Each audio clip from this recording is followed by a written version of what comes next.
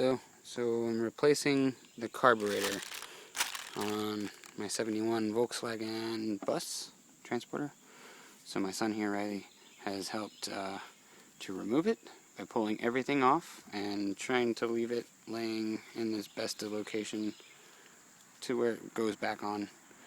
We only found one bolt or nut still attached, so one rolled off somewhere, and we pulled the distributor cap off just for access.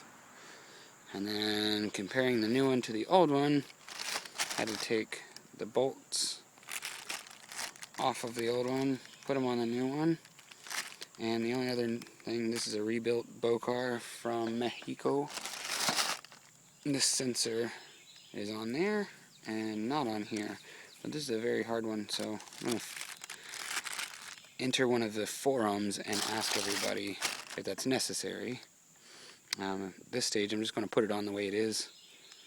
This also has 1, 2, 3 plugs on the front, as to where this one only had one, and some blank spaces that are closed off to the carburetor. Everything else looks about exactly the same, minus maybe some adjustments they made at the factory. With a new carburetor, you never want to adjust any of the screws. Probably won't even adjust the idle screw. So the accelerator cable comes in here. It opens up that. That's the butterfly on top for the choke. Does the accelerator pump here. Opens the butterfly valve on the bottom. Accelerator pump. And so this is going to be, and everything's a little different. Location, as far as being screwed in. It's already been all adjusted, supposedly factory tested. And so all we have to do is install it and put our air filter back on. Plug everybody back in and we'll let her run. With the new carb, had an issue. I still have to replace this with this, which should be relatively simple. That shuts off when you turn off the car, or closes the valve, I guess. So the other aspect was, originally my carb went bad, for one because the plug shot out, so I super glued that. But the other part is the piston, or the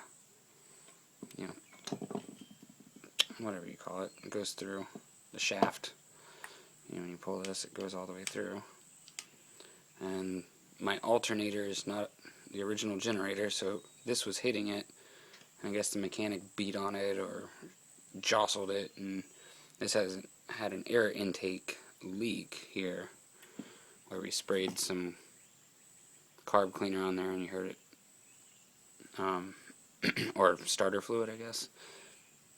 Anyways, so I pulled this one off and put it on here, because the one that was on here was facing this way and hit the alternator even worse. So when it came down, it was completely, I would have to raise this up, I don't know, 2 inches to not hit the alternator. So I checked everything out, and it seems like as long as I put the position in the same, everything's fine. And really, I could have pulled this one apart and flipped it over, but since it's a new carb, I'm going to try to keep all the parts new if I have to return it. And so I put my old one on here, and that seems to be working the same. And then once I install it, we'll see. But I still use a couple extra thicker gaskets to get it up a little bit. And that should resolve my issues with trying to install a new one. Everything else should be pretty straightforward. I guess these are for different options that I didn't have previously. But no worries, everything should be good. I'll crank her up.